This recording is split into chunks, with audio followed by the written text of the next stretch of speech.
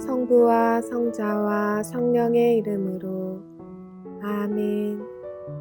하늘과 땅을 만드시고 사람을 귀하게 지으신 하느님 아버지, 예수 그리스도를 저희에게 보내주시어 하느님을 아버지라 부르게 하시니 찬미 받으소서. 살아있고 힘이 있는 말씀으로 주님께서 친히 저희에게 사랑을 알려주시고 삶의 뜻을 깨우쳐 주시니 감사하나이다. 참으로 좋으신 하느님 아버지, 저희가 성경을 멀리하고 그 가르침을 알면서도 실행하지 못하였으니 성령의 능력으로 저희 영을 새롭게 하시어 성경을 가까이 하며 예수 그리스도와 이웃을 더욱 잘 알게 하여 주소서. 저희 구원을 간절히 바라시는 하느님 아버지, 저희가 성경을 생명의 말씀으로 받아들여 믿고 기도하고 살며 선포하게 하시고 언제나 예수 그리스도를 통하여 성령으로 하나 되어 아버지께 나아가게 하소서. 우리 주 그리스도를 통하여 비나이다. 아멘. 성부와 성자와 성령의 이름으로 아멘. 열린 성경 강좌에 오신 여러분 환영합니다.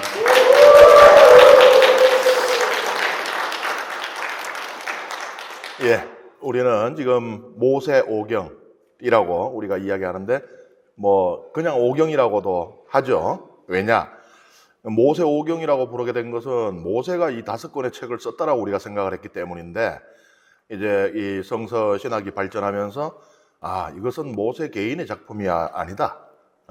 일단 보면은 모세가 죽는 이야기도 들어있으니까 자기가 죽고 난 뒤에 쓸 수는 없고, 그리고 그 앞에 이야기들도 이 이스라엘의 오랜 역사 동안에 이 생겨난 갖가지 전성들이 이렇게 여러 층을 이루면서 이렇게 모여 있는 것이다라는 그런 연구가 이루어지면서 모세 한 사람이 딱 책상에 앉아서 내가 죽기 전에 신앙에 대한 모든 기록을 남겨야지 했던 책은 아니라는 것을 깨닫게 되었습니다. 그래서 모세오경이라는 표현은 관습적으로는 쓸 수 있습니다만은 그냥 오경이라고 이렇게 부르게 되었죠. 이 오경의 막바지에 와 있습니다. 이제 신명기도 얼마 남지 않았거든요. 근데 신명기 읽으시면서 그런 생각 안 드세요? 이거는 앞에서 또 했던 얘기 또 하는 것 같고, 이게 또 듣는 얘기 또 들으니까 지루한 것 같기도 하고 그럴 수도 있죠. 그런데 똑같은 이야기를 하는 것은 아닙니다. 같은 어떤 주제가 있다 하더라도 그것을 강조하는 부분이 달라요. 그래서 이 정밀한 독서가 필요한 것이고 또 맥락 안에서의 독서가 필요한 것이고, 그렇게 하다 보면은 이게 똑같은 얘기하는 줄 알았더니 이 이야기는 이 부분을 특히 강조하고 있구나, 이제 이런 것들을 알게 됩니다. 그리고 그런 것들을 다 떠나서 사실 지금 여기 이야기하는 이런 이 정의에 대한 이야기들이라든지 또 자선에 대한 이야기들이라든지 오늘날까지도 잘 지켜지고 있나요? 부모님들 한마디 해가지고 자식들이 그냥 반듯하게 살면은 그 이야기 다시 안 해도 되겠지만은 안 그럴 경우는 어떻게 해요? 따라다니면서 잔소리한다, 그렇잖아요. 사실은 지금 우리가 듣고 있는 이 하나님의 이 법, 하나님의 뜻, 이것은 아무리 강조해도 지나침이 없는 말씀이죠. 오늘 우리는 품삯에 관한 규정에 대한 이야기부터 함께 읽어봅니다. 너희는 너희 동족들 가운데서나 너희 땅, 너희 성 안에 있는 이방인들 가운데에서 가난하고 궁핍한 품팔이꾼을 억눌러서는 안 된다. 그의 품삯은 그날로 주어야 한다. 그는 가난하여 품삯을 애타게 기다림으로 해가 지기 전에 그에게 품삯을 주어야 한다. 그래야 그가 너희를 거슬러 주님께 호소하지 않을 것이고 너희에게 죄가 없을 것이다. 해지기 전에 품삯을 주라. 이미 앞에서 들은 이야기예요, 이것도, 그죠? 그리고 복음서에는 이게 적용되는 또 하나의 아주 아름다운 비유가 있습니다, 그죠? 자비로운 포도원 주인의 비유. 아침부터 와서 일했는 사람, 정오부터 일했는 사람, 이 일 마치기 1시간 전에 일했는 사람, 이들 해지기 전에 임금을 주잖아요. 이 율법을 따르고 있는 것이거든요. 가난한 사람들은 뭐 재워놓고 살기 힘들어요. 뭐 비상금, 뭐 만약을 위한 자금 이런 게 없는 거죠. 그야말로 손에서 입으로라고 표현할 수 있는 하루하루 먹고 사는 그런 사람들인 것이죠. 그들은 그날의 임금을 그날에 받지 못하면 식구들이 굶주리게 될 수밖에 없는 것이죠. 이 이스라엘 농업이 중심이 되는 원래는 유목민족이었습니다만 가나안 땅에 들어간 뒤로는 농업이 중심이 돼요. 그리고 이제 뭐 이 일부 목축 이제 이렇게 되는 것이죠. 농업이 중심인 사회에서 땅이 없다는 것은 삶의 안정이 없다는 이야기와 같은 거예요.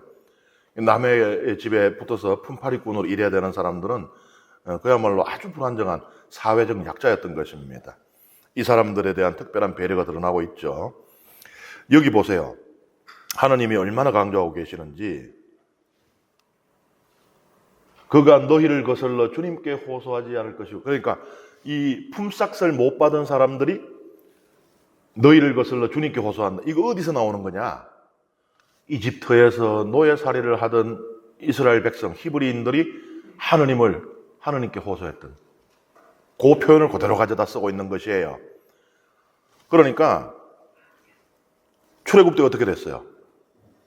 히브리인들이 부르짖었더니 호소했더니 하느님께서 직접 나서시는 거잖아요.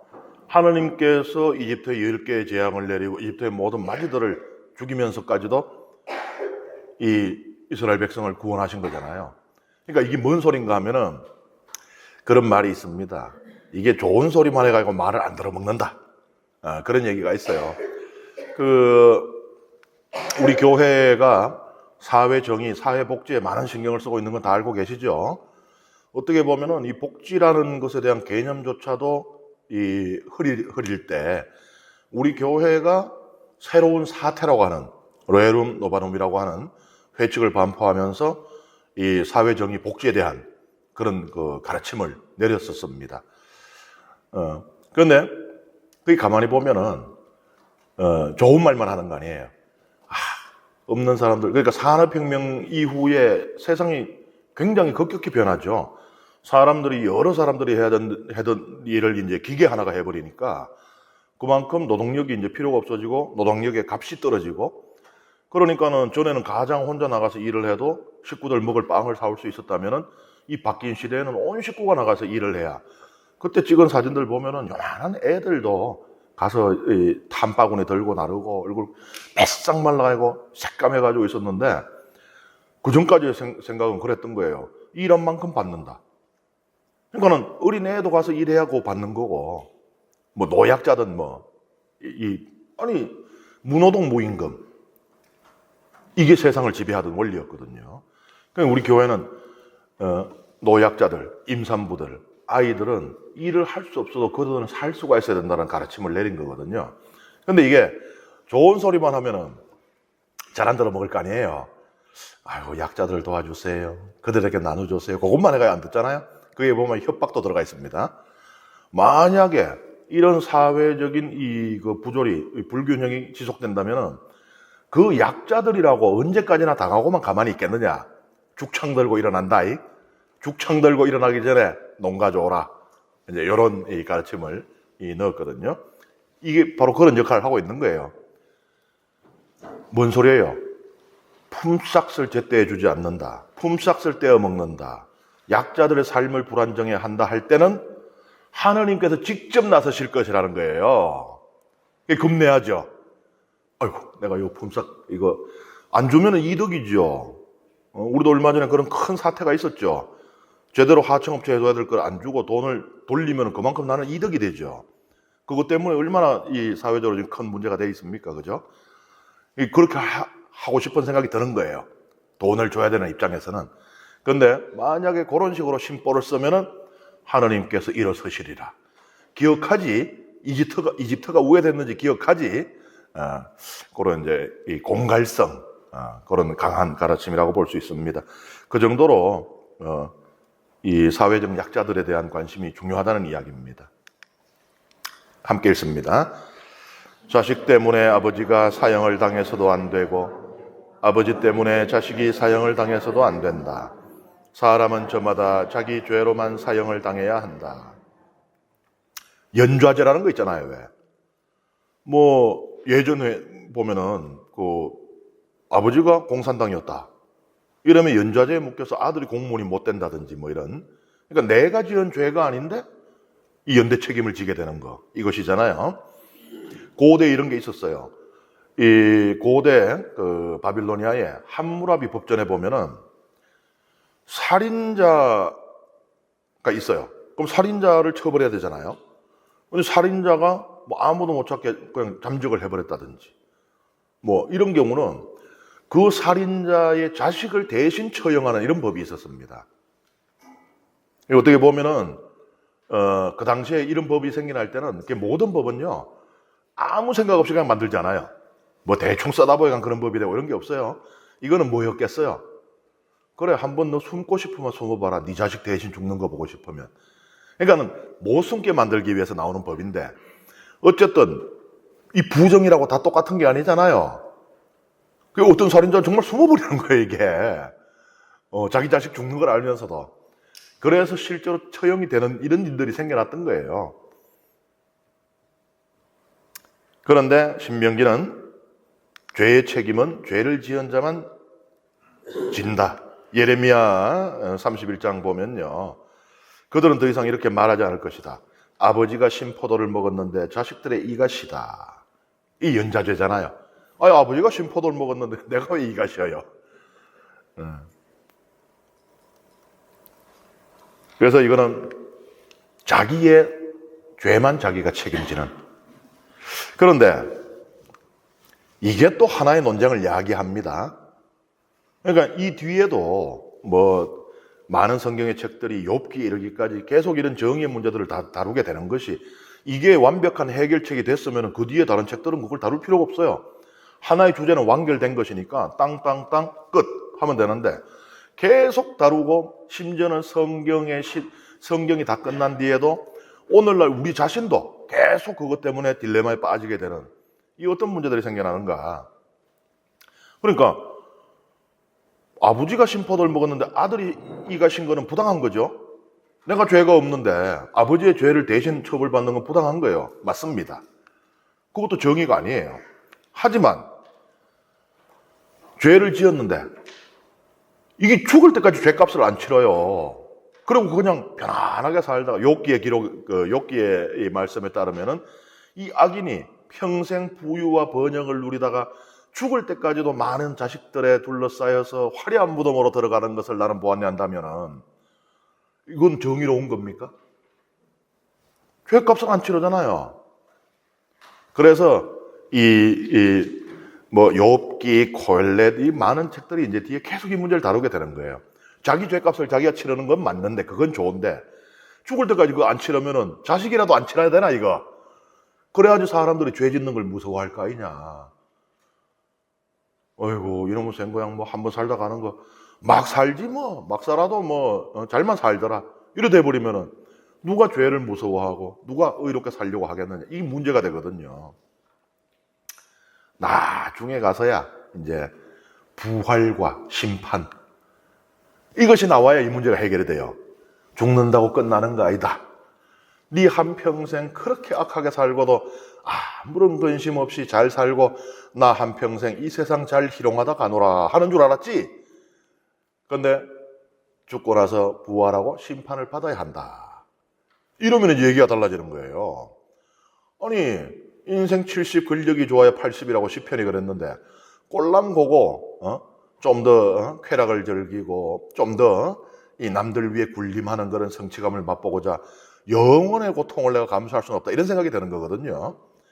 부활 사상이 나오기 전까지는 이건 끊임없는 딜레마에 빠지게 되는 문제가 됩니다.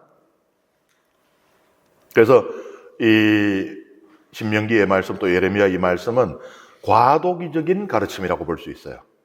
그러니까 이전에 자기 죄가 없는데 연좌죄 때문에 피해를 보는 것을 바로잡기 위한 하나의 시도로서는 성공적이었지만 정의의 문제에 대한 궁극적인 답은 될 수가 없었다. 그러니까 신명기가 성경의 마지막 책이 아닌 거예요. 그렇게 이해하시면 됩니다. 그 다음에 함께 읽습니다. 너희는 이방인과 고아의 권리를 왜곡해서는 안 되고 과부의 옷을 담보로 잡아서도 안 된다.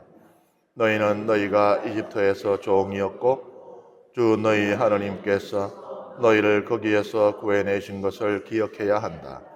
그 때문에 내가 너희에게 이것을 실천하라고 명령하는 것이다. 너희가 밭에서 곡식을 거둘 때 곡식 한 묶음을 잃어버리더라도 그것을 가지러 되돌아가서는 안 된다. 그것은 이방인과 고아와 과부의 몫이 되어야 한다. 그래야 주 너희 하나님께서 너희 손이 하는 일에 모든 일에 복을 내리실 것이다.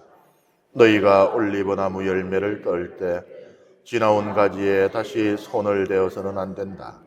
그것은 이방인과 고아와 과부의 몫이 되어야 한다.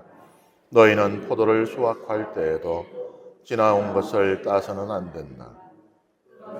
이방인과 고아와 과부의 몫이 되어야 한다. 너희는 너희가 이집트 땅에서 종이었던 것을 기억해야 한다. 그 때문에 내가 너희에게 이것을 실천하라고 명령하는 것이다.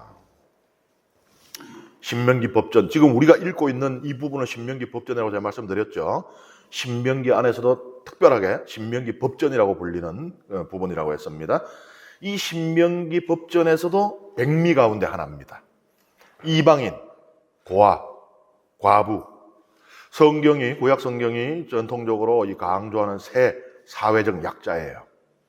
이들에 대한 보호입니다. 그러니까는 한마디로 추수할 때 알뜰하게 좀 하지 말아라. 우리도 왜 예전에 보면은 과수를 하고 이럴 때도 보면은 꼭대기에 있는 그것까지 기어이 빠득빠득 꼭대기 올라가지고 사과 다 따고 그거 안 했잖아요. 좀 남겨두지요. 새 밥이라도, 새도 좀 살아나고. 그런 거예요. 그래서 곡식단도 알뜰하게 다 거두지 말고, 그 올리브 열매도 그러하고, 또 포도도 그러한 것입니다. 곡식단을 거두다 보면 이게 좀 세게 돼 있어요. 모르겠어요. 요새는 기계들이 좋은지 모르겠는데 기계로 도루룩 다 하지만은 기계로 해도 좀 세는 게 있죠. 그렇죠. 그 과거에 사람으로 손으로 하다 보면은 이렇게 안고 가다 보면 빠지는 것도 있고 그거 다시 돌아가고 굳이 챙기지 마라. 그거 놔둬야 룻기에 보면은 보아제가 이 룻을 아주 연민의 마음으로도 봤지만은 또 이렇게 좀 반하기도 했어요. 그래서 나중에 둘이 결혼을 하잖아요. 그리고 이제 우리가 추수를 하고 나면 남은 거를 저 여인이 가져가서 그걸 이제 이 끼니를 때우는데 이 남은 게 너무 없으면은 배를 고를 거 아니에요. 그러니까 그 일하는 사람들 보고 뭐라 그래요? 왕창 뽑아놔라. 거의 반타작 해라 그냥 이렇게 이제 하죠. 그 남겨둔 것은 이제 이방인, 고아, 과부들이 이 주워가서 그걸로 이 연명을 하고 했던 거고요. 그 다음에 이 올리브도 첫 번째로 이제 올리브를 추수할 때는 올리브 나무를 막 흔들어가지고 떨어지는 거, 혹은 장대로 다닥다닥다닥 쳐가지고 떨어지는 걸 해요. 그러고 나서 이제 이게 다 안 떨어지거든요. 그 나무 흔든다고 싹 다 떨어지진 않아요. 그걸 또 굳이 딴다고 그러지 말아라는 거예요. 그래서 그냥 흔들거나 이 장대처가 떨어지는 거, 요게 하나님께서 나한테 주시는 거려니 하고 그것만 가져가고 나머지 달려있는 거는 그냥 놔둬라. 이 얘기고요. 그 다음에 포도도 이게 한 번에 다 익지 않잖아요.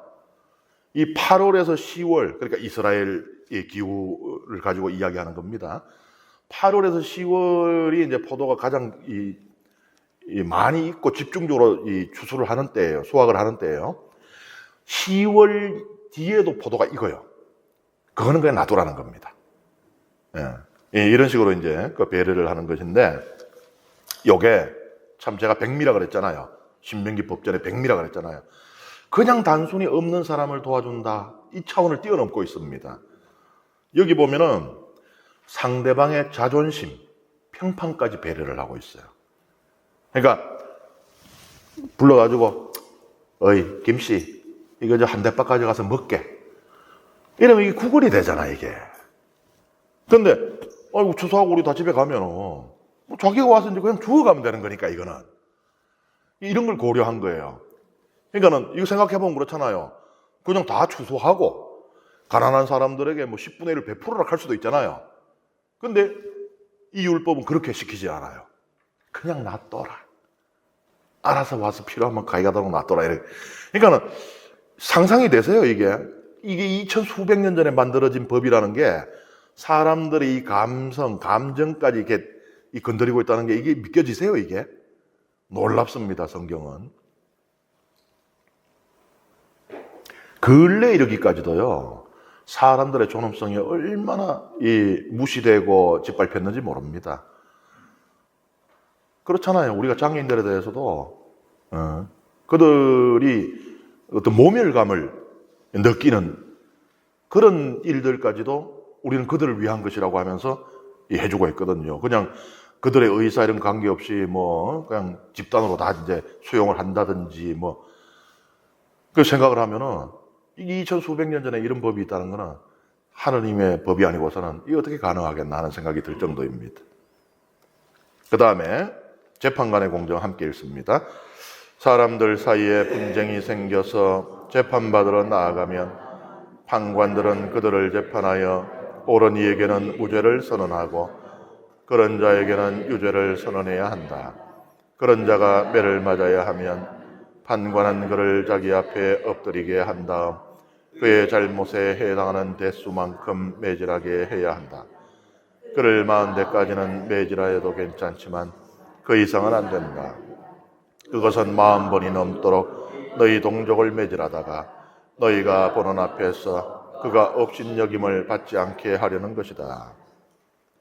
재판관의 공정은 특히 이 5경에서 강조되고 있는 주제입니다.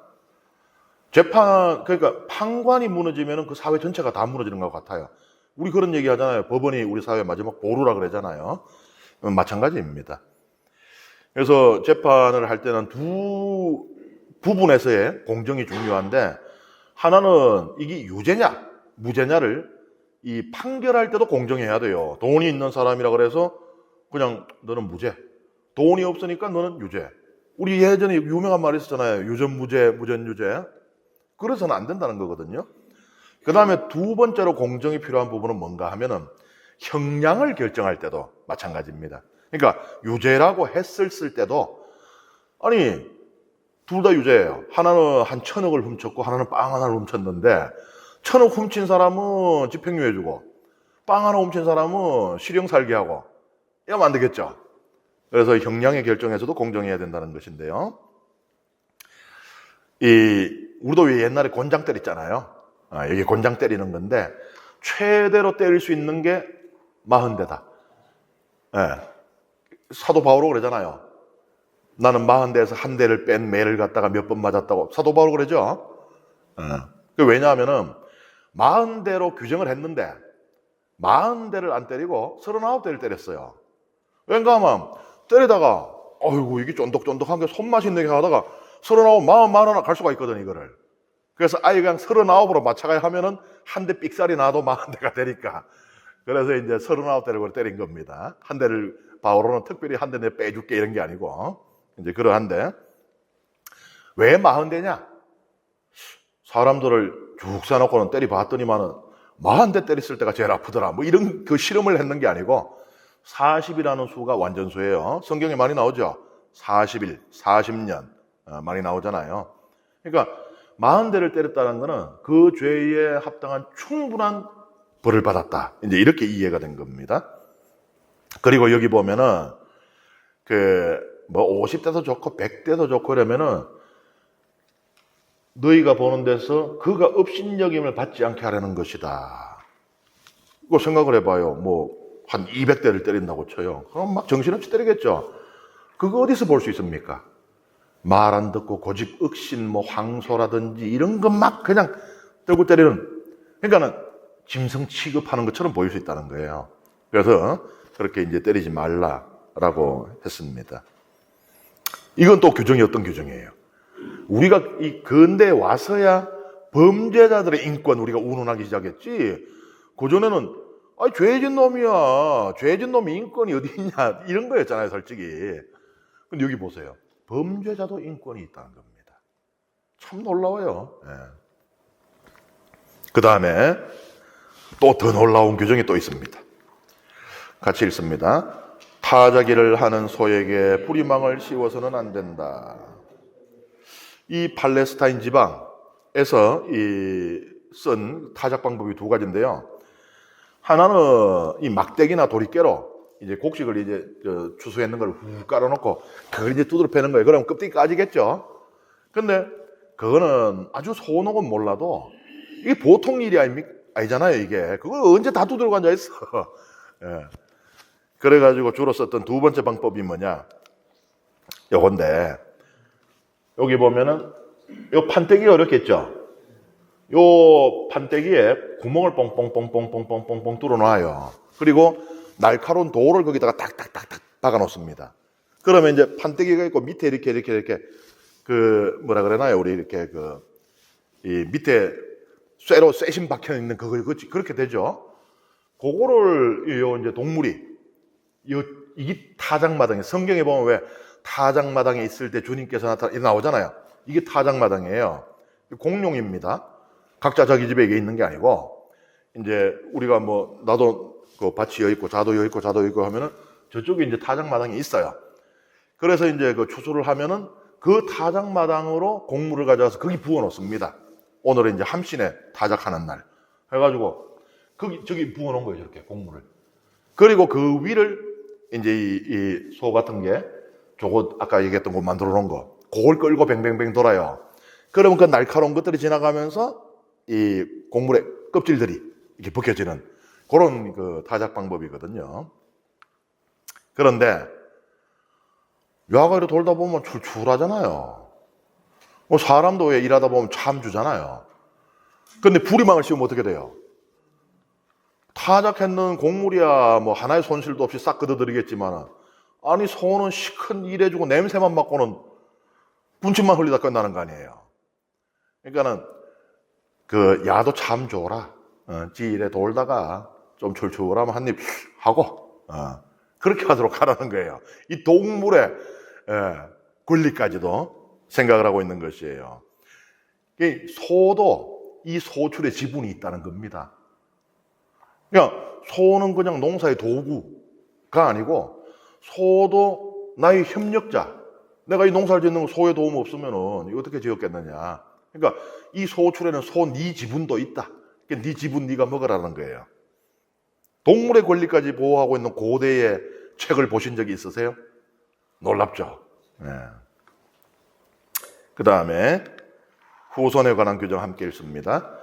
형제들이 함께 살다가 그 가운데 하나가 아들 없이 죽었을 경우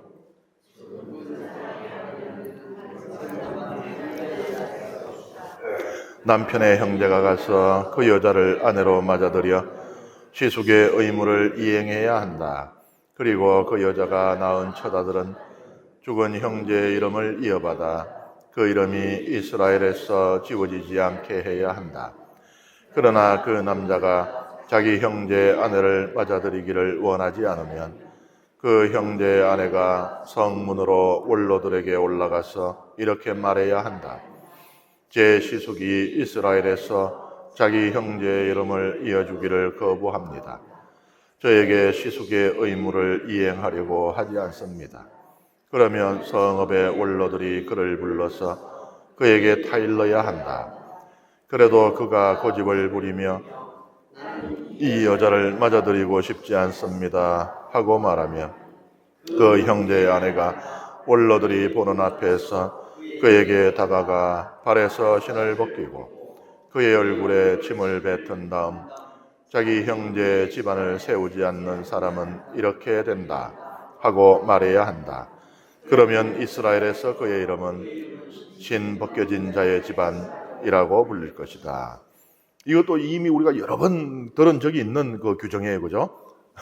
막 웃으시는데 신 벗겨진 자의 집안. 그러니까 성경의 표현이 굉장히 직관적이죠. 취수혼 혹은 형사 취수제. 형이 죽으면은 그 형수를 취한다는 제도입니다. 우리나라에도 옛날에 있었다 그래요. 형제 가운데 누가 아들이 없이 죽는다. 그러면은 그의 이 재산, 이건 다 어디로 가요? 그의 이름은 어떻게 이어집니까? 그 가문이. 안 되잖아요. 그래서 그러면은 다른 형제가 그 아내로 맞아들여서 아들을 낳아주라는 것이거든요. 재산이 가문 밖으로 빠져나가는 것을 막고, 그 다음에 이 이름이 이어지기를 이제 하는 그런 목적이 있습니다. 이게 어떻게 보면은 재산이 빠져나가는 것보다도요, 내 이름이 끊기는 것, 그 대가 끊기는 것, 이게 더 중요할 수가 있어요. 고대 이스라엘에는 사후세계에 대한 믿음이 없었습니다. 그러니까 성경에 처음부터 부활 사상이 나오는 게 아니에요. 그 옛날 이스라엘 사람들은 죽으면 끝이고, 죽으면 저 땅 밑에 있는 쉐올이라고 하는 그 지하 세계에 그냥 들어가서 그냥 죽은 대로 눕는다라고 생각했어요. 요나서에 보면 나오죠. 요나서 2장에서 요나가 물고기 뱃속에서 하느님께 부르짖기를, 제가 쉐올에서 당신을 찬미하오리까. 쉐올에 들어가면은 모든 게 정진 거예요. 심지어 생각조차도. 그러니까 하나님, 내한테 제사밥 한 번이라도 더 드시고 싶으시면 나 좀 살리내이소, 이 소리를 하고 있는 거예요. 그 쉐올이라는 게 그런 거예요. 그 사후세계가 없다 소리거든요. 그러면은 사후세계가 없이 내 존재를 이어가는 방법이 뭐냐면 이 대를 통해서입니다. 사실 우리도 그거예요. 제사의 중요한 이 사상 중에 하나가 종법 사상이라 그러잖아요. 그러니까 후손들의 기억 속에서 계속 존재하는 겁니다. 이 이스라엘 사람들에게도요, 내가 내 후손을 통해서 내 이름이 이어지는 거. 실제로 이름이 이어졌죠. 시몬, 바로 요나. 요나의 아들 시몬, 봐요. 아들한테 아버지 이름이 들어가 있잖아요. 아랍 사람들 이름은 훨씬 더 깁니다. 뭐뭐에 뭐뭐예요. 한 5대조가 막 들어가요. 보세요. 실제로 네 이름이 이어지잖아요. 그게 사후세계를 믿지 않았을 때 그 사람들이 이 영속하는 방법이었던 겁니다. 그러니 어떻게 보면은 재산이 가문 밖에 나가지 않은 것보다도 이게 더 중요할 수가 있었던 거예요. 그래서 이제 아들 없이 그냥 죽고 끝나면은 그냥 존재가 영원히 소멸된다고 생각을 했던 거예요. 그런데 이제 취수혼을 해가지고 아들이 태어나면은 이 아들은 죽은 그 형의 족보에 올려요. 이어지는 거지, 이제. 그 형의 재산도 얘한테 이어지고, 그 이름도 얘한테 이어지고. 우리는 이미 창세기에서 그걸 봤어요. 38장에 보면은 유다와 타마르 이야기가 나오잖아요. 유다의 첫 번째 아들이 악해가지고 타마르하고 결혼을 해가 아들을 못 낳고 죽잖아요. 그랬더니 동생 오난을 또 결혼시키잖아요. 그랬는데 또 악해서 또 죽잖아요. 이제 이런 이야기들이 나오잖아요. 요게 이제 형사취수제고, 요거는 직계 이제 형제들 간에 이루어졌잖아요. 형사취수제는 좀 폭넓게 이루어지기도 해요. 아까 제가 말씀드렸던 룻과 보아즈. 이거는 좀 친척이긴 하지만 좀 몇 달이 건너죠, 이게. 그런데 이것도 형사취수제로 이해를 할 수 있는 거예요. 그리고 이게 그러면은 남자만 좋으라고 이러냐? 남자만 자기 그 이름을 남기고 자기 재산을 이어나가고 이러나? 그 여인은 그러면은 뭐 우리가 뭐 소위 말하는 그냥 씨바지밖에 안 되느냐, 여인은. 그렇다면 이게 또 성경이 아니겠죠? 그렇지 않습니다. 여성은요, 고대 이스라엘 가부장제의 철저한 가부장제 이스라엘에서 여성 혼자서는 사회적으로 경제적으로 독립하기가 어려웠습니다. 그러니까 룻 같은 경우도 보세요. 할 수 있는 게 추수 끝나면 가갖고 밭에 뭐 떨어진 거 없나 이거 주가지고 아이고 이 밭은 참 알뜰하게도 썰어갔네 하면 그냥 수돗물이나 배 터지게 마시고 자는 수밖에 없는 이런 아주 불안정한 그런 삶이었거든요. 그래서 이 여인에 대한 이 배려 차원도 있는 겁니다. 남편이 생긴다는 것은. 그런데 취소하는 거면 다 해야 되냐? 우리 형이 아들을 못 낳고 죽었어요. 그럼 나는 무조건 형수를 데리고 살아야 되느냐? 그건 또 아니에요. 아니 무슨 사람이 그 교미시키는 짐승도 아니고 야, 너 형 죽었으니까 너 다음 차례다. 성경이 또 그러진 않습니다. 거부할 수도 있어요. 다만 거부했을 때는 불명예를 이제 뒤집어 써야 돼요. 그러니까 명예롭지 않은 일입니다. 아니, 형의 이름을 이어준다는 거, 그걸 내가 거부한다는 거? 명예롭지 않은 일이에요. 그러니까 이게 이제 고대에는 명예가 중요했기 때문에 큰 이제 어떤 구속력이 있었죠. 그리고 여기 보면은 신 벗기는 이야기가 나와요. 발에서 신을 벗기고 얼굴에 침을 뱉으면 신 벗겨진 자의 집안이다. 이게 뭔 소리냐? 누지라는 곳이 있어요. 누지. 이 오늘날 이라크 쪽에 그 티그리스 강, 그 인근에 있던 고대 도시인데, 이제 고고학자들이 그 누지에 땅을 막 팠더니 거기서 어떤 문서가 나왔습니다. 그런데 그 문서에 뭐라고 써 있는가 하면은 신을 벗겨 넘기는 그 의식이 들어가 있어요. 신을 벗어가 뭐 했냐 하니까, 내가 내 밭에서 내 신발 신고 돌아다녔을 거 아니에요. 내가 나 이 신발 가져가라 하면은 이게 내 밭을 넘기는 거예요. 내가 그 신발을 신고 밟았던 그 땅, 그걸 넘기는 겁니다. 신발을 넘긴다는 거는 재산의 권한을 넘긴다는 거였다는 거예요, 고대. 그러니까 뭐예요? 내가 신발을 벗는다는 이야기는 형의 재산에 대한 어떤 권리도 나는 갖지 못합니다 라는 것을 이제 선언하는 것이라는 거예요. 그리고 뭐 침 뱉는 거는 당연히 이제 모욕과 수치를 주는 것이죠. 그래서 이제 여기서 신 벗겨진 자의 집안이라는 이제 이 표현이 유래하게 되는데, 형제의 대를 끄는 불명예스러운 자다, 이제 이런 소리예요. 그 다음에 이건 참 읽기가 좀 민망합니다. 그래도 우리 읽어야죠. 성경이니까 함께 읽습니다. 두 사람이 싸울 때 한 사람의 아내가 남편을 때리는 사람의 손에서 남편을 구해내려고 손을 내밀어 그 사람의 치부를 붙잡을 경우 너희는 그 여자의 손을 잘라버리고 동정해서는 안 된다. 여기서 뭐 치부는 제가 굳이 뭐 이렇게 설명을 안 들어도 대충 웃으시는 거 보니까 다 아네 뭐 벌써. 그렇습니다. 상당히 좀 민망하고 뜬금없어 보이는 규정이에요. 아니, 이때까지 분위기 좋았잖아요. 사회적 약자와 뭐 저러다가 뜬금없이 이 참 어디 오늘날도 이거 경찰서 이거 들고 가기 참 민망한 일인데 이게 나오느냐. 이게 심각한 행위였거든요. 왜냐하면은 아까 말씀드렸잖아요. 대를 잇는 게 고대는 얼마나 중요한지. 그리고 만약에 무슨 문제가 생기면 해결할 수 있는 의술도 없었어요, 고대에는. 근데 그거 잘못되면 어떡해? 보통 큰일이 아닌 거예요, 이게. 실제로 이제 이러한 그 상황, 이런 시대에서는 이게 그냥 웃고 넘어갈 일이 아니었다는 거예요. 오죽하면은 성경에만 이게 나오는 게 아닙니다. 그 나중에 북이스라엘을 멸망시키는 아시리아라는 나라 있죠? 세계 최초의 제국이에요. 아시리아 법에도 이게 들어가 있어요. 그러니까 뭐예요? 법은 사건이 있어야 법이 생겨요. 일어나지 않은 일을 가지고 법을 만들 수가 없습니다. 뭐예요? 나무집 신랑들을 고자 만든 사람들이 한둘이가 아니었다는 이야기예요. 그런 일들이 있었다는 이야기입니다. 그래서 이제 굉장히 엄격한 손을 자르는, 아니 이 사람은 대가 끊겼으니 어떻게 보면 손을 자르는 것도 과한 처벌이라고 보기는 어려운 거예요. 대를 끊었으니.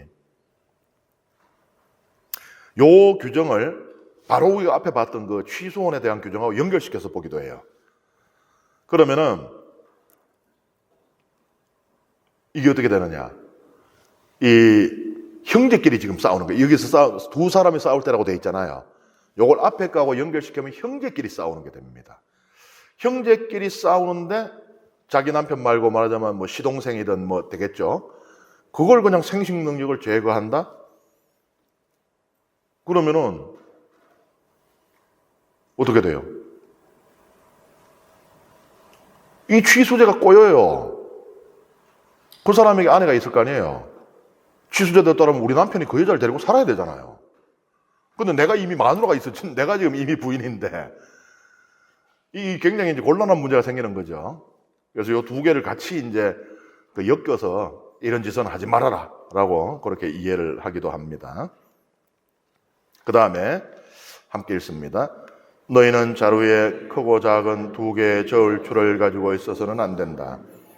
너희는 집에 크고 작은 두 개의 되를 가지고 있어서는 안 된다. 너희는 정확하고 올바른 저울추를 가지고 있어야 하며 정확하고 올바른 되를 가지고 있어야 한다.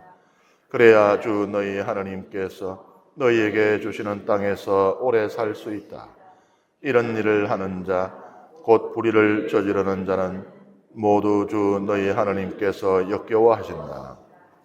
이거는 이제 상행위에서의 정직에 대한 규정이에요.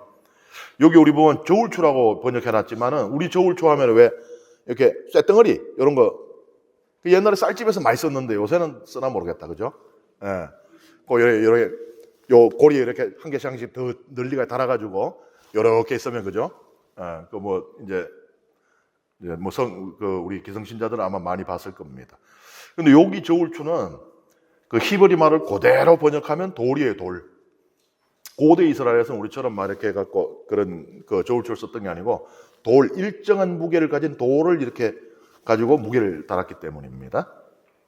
그런데 하여튼 참 인간들이 그 잔머리 쓰고 부당한 이익을 남기는 거는 수천 년 전이나 뭐 수만 년 전이나 이게 다 있어요. 이거는 여기 보면은 상인들이 두 세트를 가지고 있는 거예요. 저울추가 이게 두 세트예요. 살 때 쓰는 거하고 팔 때 쓰는 게 달라요. 팔 때 무거운 저울추를 주면은 나는 이걸 쌀 10kg 줬네 했는데 실제로는 9kg밖에 안 줬는데 이게 저울 10kg가 나와버리는 거예요. 살 때는 가벼운 저울추를 사면은 내 10kg 가져가네 했는데 11kg를 가져가는 게 되잖아요.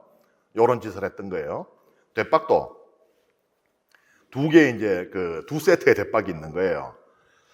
요거는 이제 일단 크기는 대부분 표시나잖아요. 크기를 갖다 요딴만하게 만들면은 대부분에 야이씨 손장난 치지 말고 똑바로 가져와 할 거 아니에요. 크기는 똑같이 만들고 안에하고 바닥에 두께를 다르게 만드는 겁니다. 특히 이 바닥의 두께 같은 경우는 직접 측정하기가 어렵잖아요. 그러놓으니까는 이걸로 팔 때, 살 때, 팔 때, 살 때 이런 짓들을 했던 것입니다. 그리고 신명기는 외적인 행위만을 강조하고 있는 책이 아니에요. 신명기는 우리가 잘 알고 있는 그 6장 4절 6절도 보면 하나님을 그냥 하나님한테 기도하는 시간 잘 지켜라. 하나님한테 11조 잘 바쳐라. 안 그러죠? 네 마음과 온 힘과 의지 다해서. 그러니까 내적인 동기를 굉장히 중요시합니다. 여기도 보세요. 뭐라고 돼 있어요? 두 개의 저울추를 가지고 있어서는 안 된다. 두 개의 되를 써서는 안 된다라 그러지 않죠? 가지고 있어서는 안 된다. 그러니까 뭐예요? 이미 그걸 가진 자체가 그 마음이 아이고 사실 나는 뭐 옆집에 하길래 나도 만들긴 했는데 한 번도 안 썼어요. 해도 안 된다는 겁니다. 이미 그걸 가진 견물생심이라고 가지면 안 쓸 것이냐. 그 가진 자체가 이미 마음이. 그래서 아예 길이 아닌 곳은 가지를 말아라. 이런 이야기를 하고 있는 것입니다. 그 다음에 함께 읽습니다. 너희가 이집트에서 나오던 길에 아말렉인들이 너희에게 한 짓을 기억하여라. 그들은 너희가 피곤하고 지쳐 있을 때 너희와 길에서 마주치자 하나님 두려운 줄도 모르고 너희 뒤에 처진 사람들을 모두 쳐 죽였다. 그러므로 주 너희 하나님께서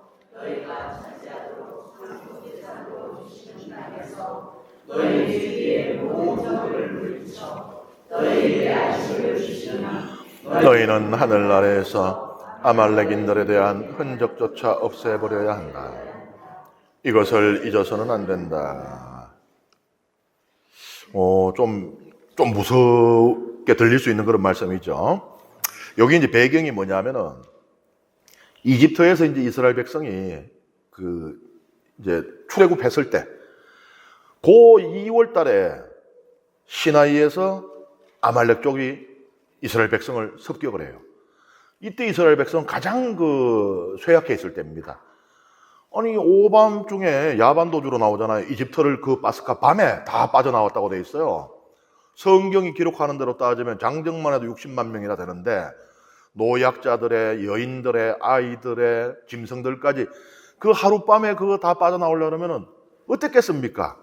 정말 신발 벗겨지고 버선발 벗겨지는 줄 모르고 정신없이 거기다가 뒤에서 쫓아오는 그 이집트의 병거들을 피해서 그 갈라진 홍해 옆에 물이 넘실넘실대고 있었을 거 아니에요. 그 무서운 중에 아이고 저기 날 덮치마 오해하면서 그 고생을 하고 나와가지고 거기서도 이제 편안하고 뭐 안락한 그런 삶이 있는 게 아니잖아요.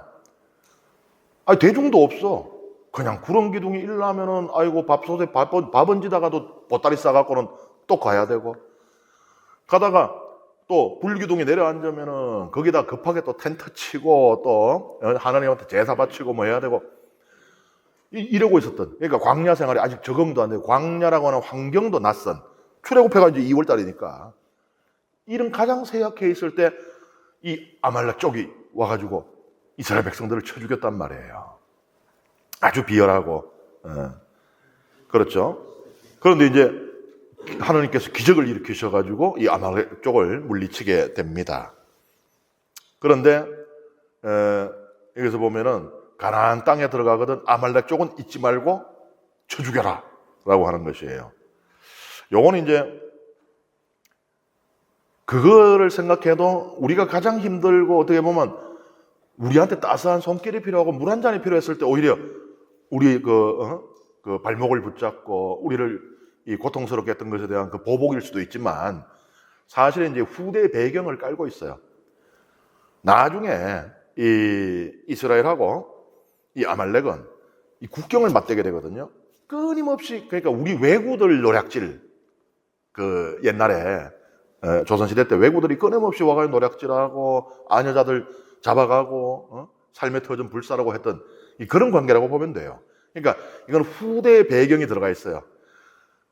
쳐 죽여라.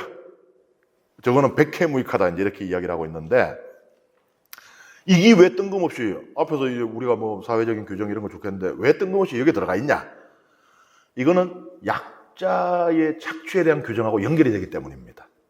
이스라엘이 그 당시 약자였잖아요. 그래서 이제 이것은 약자에 대한 착취를 금하는. 그래서 이것은 꼭 아말렉 쪽에 대한 이야기만으로 받아들여지지는 않는 거예요. 그러니까 나도 아말렉 같은 사람이 되면 안 되는 겁니다. 우리가 그거 겪었잖아요. 우리 선조들이 아말렉 쪽한테 얼마나 참 비명에 그렇게 피를 흘리면서 이 광야에서 야 이제 자유를 찾아 떠났다 했는데 그 자유의 기쁨을 만끽하기도 전에 그렇게 피를 흘리며 쓰러져 갔던 그걸 겪었으니 우리도 아말렉 같은 자가 되어서는 안 된다. 약한 처지에 있는 사람들 그들을 괴롭히고 착취하고 억압해서는 안 된다라는 것으로. 그러니까 이거는 이 신명기가 써여지고 할 때는 사실은 이미 아말렉이 이제 더 이상 이스라엘을 괴롭힐 수가 없을 때거든요. 그래서 이거는 오히려 내면적인 가르침으로 이해를 할 수가 있겠습니다. 예, 이번 시간 강의는 여기서 마치겠습니다.